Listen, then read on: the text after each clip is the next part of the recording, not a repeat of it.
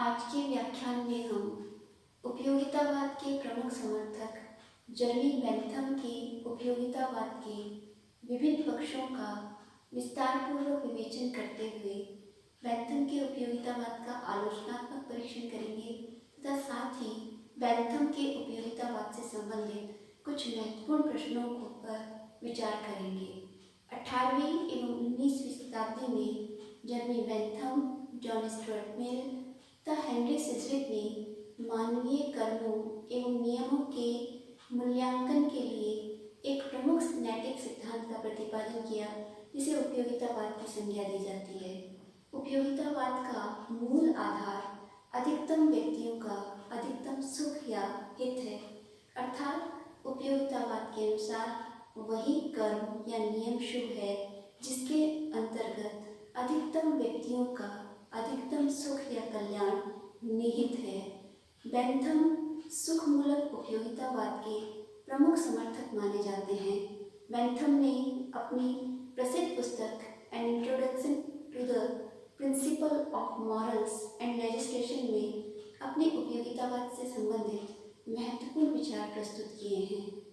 Bentham के मतानुसार किसी भी कर्म या नियम की उपयोगिता का मूल आधार यही है कि उसके परिणाम स्वरूप अधिक से अधिक सुख की उत्पत्ति या वृद्धि होती है या नहीं, अर्थात वही कर्म या नियम शुभ है जिसके द्वारा अधिक से अधिक सुख की उत्पत्ति एवं वृद्धि हो।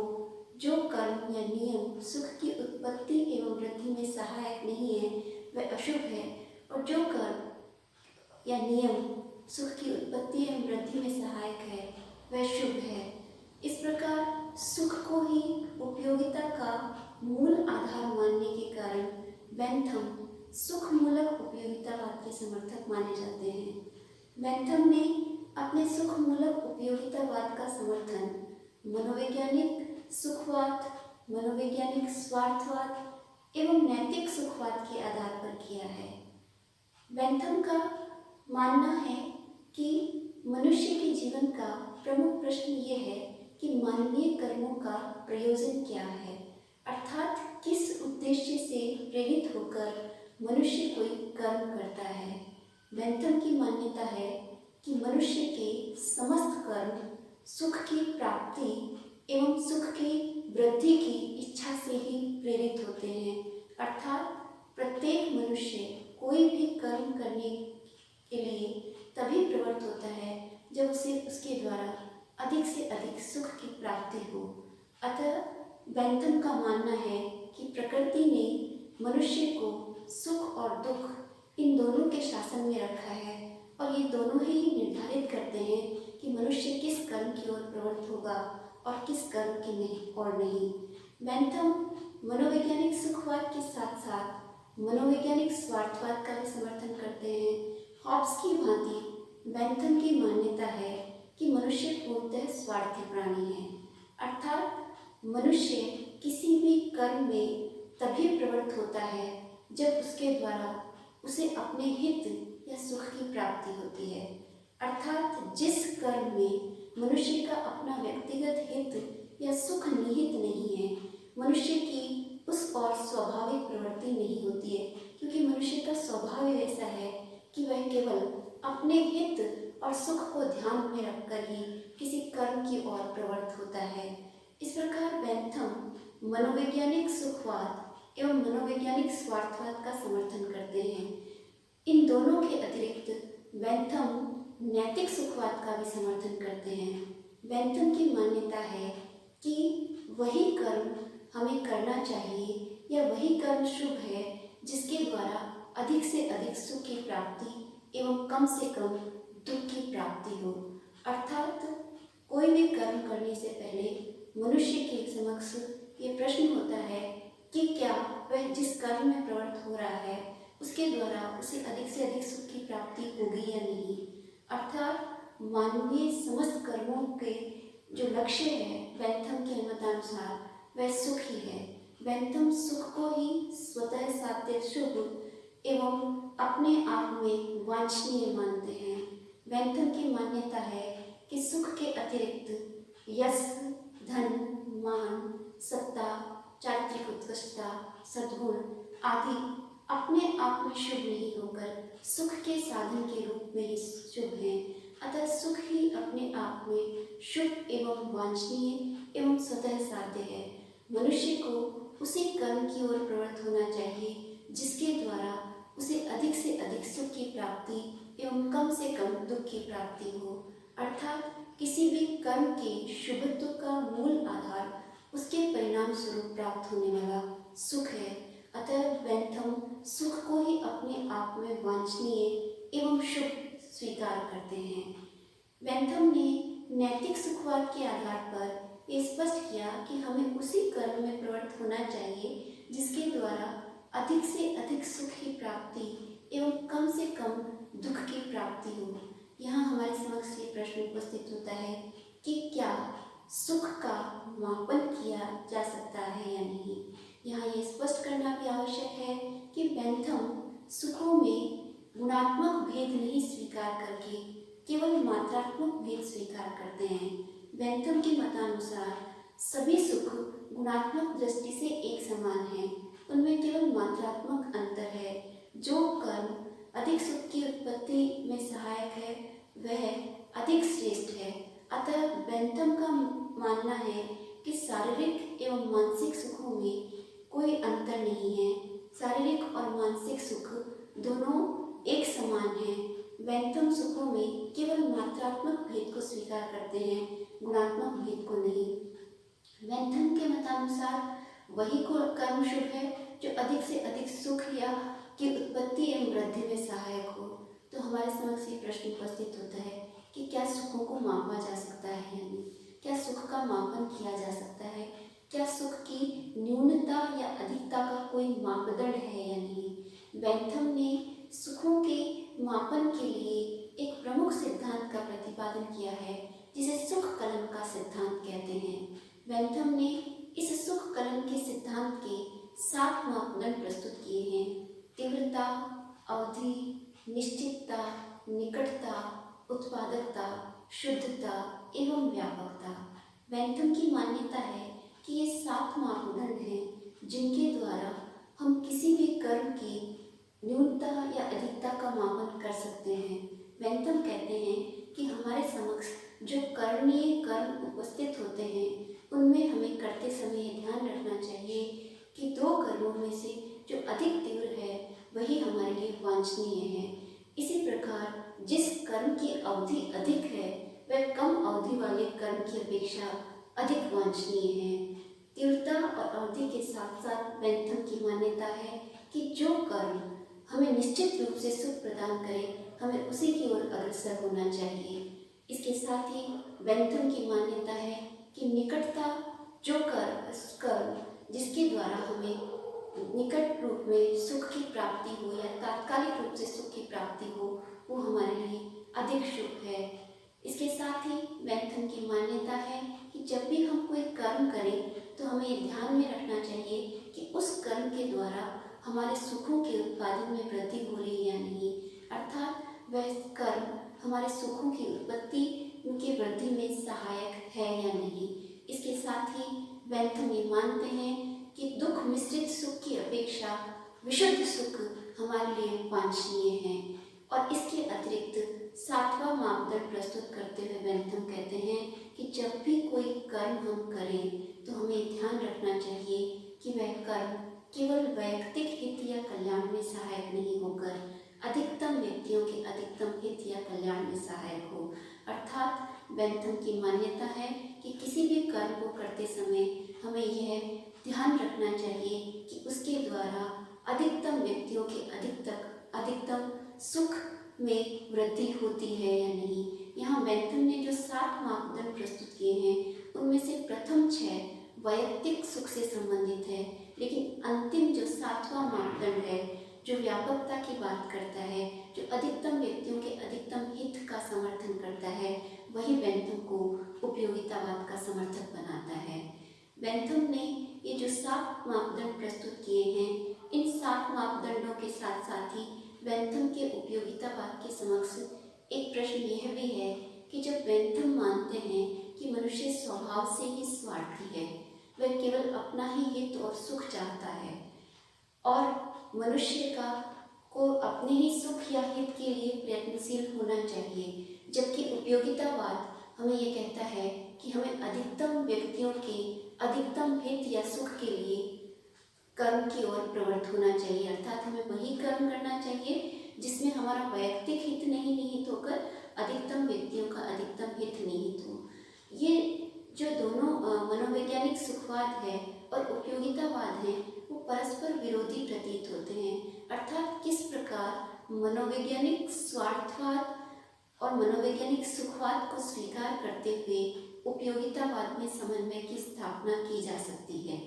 बेंथम ने इस समस्या का समाधान करने के लिए 4 प्रमुख मापदंड प्रस्तुत किए हैं, जिन्हें भौतिक दबाव, सामाजिक दबाव, राजनीतिक दबाव एवं धार्मिक दबाव कहते हैं। बेंथम की मान्यता है कि ये 4 दबाव हैं जो मनुष्य को वैयक्तिक सुख की अपेक्षा अधिकतम व्यक्तियों के अधिकतम सुख या हित के लिए प्रेरित करते हैं। बेंथम की मान्यता है कि मनुष्य को अपना वैयक्तिक स्वास्थ्य बनाए रखने के लिए जिन संसाधनों की आवश्यकता होती है उसके तहत मनुष्य भौतिक दबाव का अनुभव करता है। अर्थात प्रत्येक मनुष्य की ये प्रवृत्ति होती है कि वह अपने सुख और स्वास्थ्य और शांति को बनाए रखना चाहता है। इसके लिए ये आवश्यक है कि वह दूसरों के सुख और हित में बाधक नहीं बने। इसके साथ ही बेंथम की मान्यता है कि प्रत्येक मनुष्य पर एक प्रकार का सामाजिक दबाव भी होता है, जिसके कारण बेंथम का मत है कि जब कोई मनुष्य सामाजिक नियमों या आचरण के विरुद्ध कोई कार्य करता है तो समाज उसकी आलोचना करता है, समाज उसकी भर्त्सना करता है और मनुष्य के लिए ये सामाजिक भर्त्सना और आलोचना सही नहीं होती है। जब उसी प्रकार जब कोई मनुष्य कोई अच्छा कार्य करता है तो समाज उसकी प्रशंसा करता है। तो बेंथम की मान्यता है कि सामाजिक भर्त्सना और आलोचना से मनुष्य बचकर सामाजिक प्रवृत्ति, सामाजिक प्रशंसा के लिए, सामाजिक प्रशंसा की ओर उन्मुख हो सके या सामाजिक प्रशंसा को प्राप्त कर सके, उन कर्मों की ओर उन्मुख होता है। इसी प्रकार बेंथम की मान्यता है कि जब मनुष्य कोई ऐसा कर्म करता है जो राज्य के नियमों और कानूनों के खिलाफ है तो राज्य उसे दंडित करता है। अतः राज्य और सामाजिक दंड के भय से मनुष्य वैयक्तिक सुख के स्थान पर अधिकतम व्यक्तियों के अधिकतम सुख या हित के लिए प्रवृत्त होता है। इन 3 दबावों के अतिरिक्त बेंथम एक धार्मिक दबाव को भी स्वीकार करते हैं। बेंथम की मान्यता है कि जब मनुष्य कोई शुभ कर्म करता है तो उसे पुण्य की प्राप्ति होती है और जब वो अशुभ कर्म करता है तो पाप की प्राप्ति होती है। एक धार्मिक मापदंड के तहत ईश्वरीय न्यायाधीश की व्यवस्था में विश्वास करते हुए बेंथम कहते हैं कि जो मनुष्य शुभ कर्मों की ओर प्रवृत्त होता है उसे पुण्य के रूप में ईश्वरीय पुरस्कार की प्राप्ति होती है और जो मनुष्य अशुभ कर्म करता है उसे पाप के रूप में ईश्वरीय दंड का सामना करना पड़ता है। अतः बेंथम की मान्यता है कि वास्तुतः मनुष्य पूर्णतः स्वार्थी है। वो केवल व्यक्तिगत हित या लाभ से प्रेरित होकर ही कोई कर्म करता है, किंतु ये जो 4 दबाव हैं भौतिक, सामाजिक और राजनीतिक एवं धार्मिक, ये मनुष्य को वैयक्तिक सुख की अपेक्षा अधिकतम व्यक्तियों के अधिकतम सुख या हित के लिए प्रेरित करते हैं। इस प्रकार बेंथम ने अपने सुख मूलक उपयोगितावाद की स्थापना के लिए ये 4 दबाव स्वीकार किए हैं जो मनुष्य को स्वार्थी होते हुए भी उपयोगितावादी बनाते हैं। अब यहाँ एक प्रश्न उपस्थित होता है कि जो बेंथम ने उपयोगितावाद प्रस्तुत किया है वह कितना तर्कसंगत है। बेंथम के उपयोगितावाद की प्रमुख आलोचना यह है कि बेंथम केवल सुखों में मात्रात्मक भेद स्वीकार करते हैं। बेंथम के दृष्टिकोण में सुखों में कोई गुणात्मक भेद नहीं है, किंतु यह सत्य नहीं है। हम अपने व्यवहारिक जीवन में इस चीज़ का अनुभव करते हैं कि हमारे लिए शारीरिक सुखों की अपेक्षा मानसिक सुखों की अधिक महत्ता है। शारीरिक सुख क्षणिक एवं अस्थायी होने के कारण मानसिक सुखों की अपेक्षा कम श्रेष्ठतर है।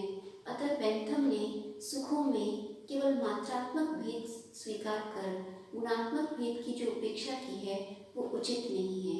इसी प्रकार बेंथम ने जो सुख कलन का सिद्धांत प्रस्तुत किया है उसमें बेंथम की मान्यता है कि सुखों की न्यूनता और अधिकता को मापा जा सकता है, किंतु यह एक व्यवहारिक सत्य है कि सुख एक वैयक्तिक अनुभूति है जिसका मापन वस्तुतः नहीं किया जा सकता। बेंथम ने जो सुख कलन का सिद्धांत प्रस्तुत किया है वह भी परस्पर आत्मविरोधी है। उदाहरणार्थ, यदि कोई सुख तीव्र है और कम स्थायी है जबकि कोई सुख कम तीव्र है और अधिक स्थायी है, तो इन दोनों में से हमें हमारे लिए कौन सा वांछनीय है? बेंथम का सुख कलन का सिद्धांत इसका कोई उचित मापदंड हमारे समक्ष प्रस्तुत नहीं करता है।